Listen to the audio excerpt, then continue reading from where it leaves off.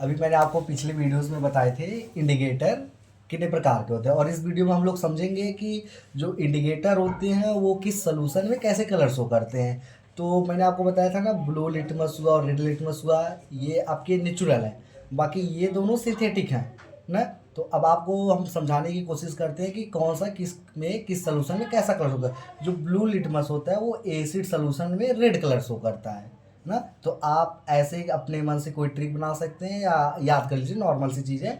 Blue litmus जो होता है एसिड सोल्यूशन में रेड करता है, और बेस में कोई कलर लो, वो कोई मतलब नो चेंज होता है। नो चेंज मतलब क्रॉस, मतलब कोई नहीं होता। और न्यूट्रल में भी ये कुछ नहीं करता है। यानी बस आप इतना ध्यान रखिए, जो ब्लू लिटमस होता है वो एसिड सोल्यूशन में रेड कलर शो करता है। और फिर हम आते हैं दूसरे पे, दूसरा है red litmus. Red litmus solution क्या है कि वो एसिड में कुछ नहीं करता है और बेस में उसके कलर ब्लू हो जाते हैं। जिस प्रकार ब्लू लिटमस का एसिड में रेड हो जाता है, उसी प्रकार रेड लिटमस का बेस में ब्लू हो जाता है। और बट आपका न्यूट्रल सलूट में ये भी कोई चेंज नहीं शो करता, रेड का रेड ही रहेगा और ये ब्लू वाला न्यूट्रल में भी वैसे ही रहेगा। अब आते हैं जो सिंथेटिक थे, सिंथेटिक मतलब ह्यूमन मेड जो होते हैं। जो मिथाइल ऑरेंज है वो एसिड में रेड दिखाता है। इस चीज़ को गौर करिए, क्योंकि यहाँ से क्वेश्चन आ सकते हैं। जो मिथाइल ऑरेंज है वो एसिड सोल्यूशन में रेड शो करता है, मतलब कि रेड कलर का हो जाता है, और बेस में ये येलो हो जाता है। यहाँ पे आप ध्यान रखिएगा, यहाँ इसके पहले जो थे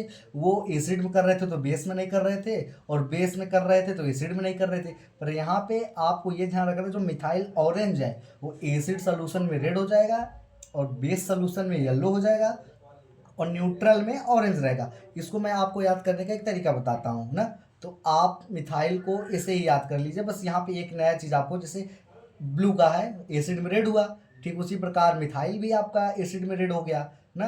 तो पर ये बेस में येलो हो जाता है। ये ऑरेंज, इसका ओरिजिनल कलर ऑरेंज था, तो न्यूट्रल में ये न्यूट्रल मतलब समान तरीके से ये न्यूट्रल ही ऑरेंज ही रहेगा। फिर उसके बाद आते हैं फिनोप्थिलिन में। फिनोप्थिलिन जो एसिड सोल्यूशन में कलरलेस होता है। आप इस चीज़ को ध्यान रखिएगा कि नो चेंज इन कलर और कलरलेस में डिफरेंट होते हैं। नो चेंज इन कलर मतलब जो कलर जैसा है वैसा ही रहेगा। जहाँ मैंने क्रॉस किया है वहाँ पे मतलब है कि no change in colour. But colourless मैंने किया है, कलरलेस मतलब होता है जैसे एक लोग कहते हैं वाटर, वाटर बहुत बच्चे कहते हैं कि ये वाइट होता है, नहीं, वाटर जो कि कलरलेस होता है। तो ठीक, आप यहाँ से ये अपने दिमाग में ला सकते हैं, कलरलेस और नो चेंज इन कलर में डिफरेंट होते हैं। बट हाँ, फिनोप्थिलीन आपका बेस में रेड कलर शो करता है, इस चीज़ को आप ध्यान रखिए। और न्यूट्रल में कलरलेस होता है।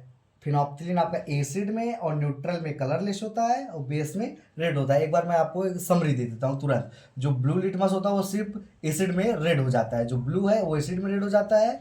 आप ऐसे याद करिए, जो ब्लू है वो एसिड में रेड हो जाता है, और जो रेड लिटमस है वो बेस में ब्लू हो जाता है। और जो मिथाइल है, मैंने आपको बोला था ना, मिथाइल को आप एसिड के तौर पे याद करिए, तो ये आपको एसिड में आपका रेड हो जाएगा और बेस में आपका येलो हो जाएगा।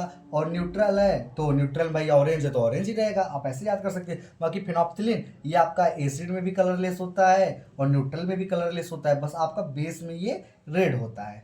Thank you.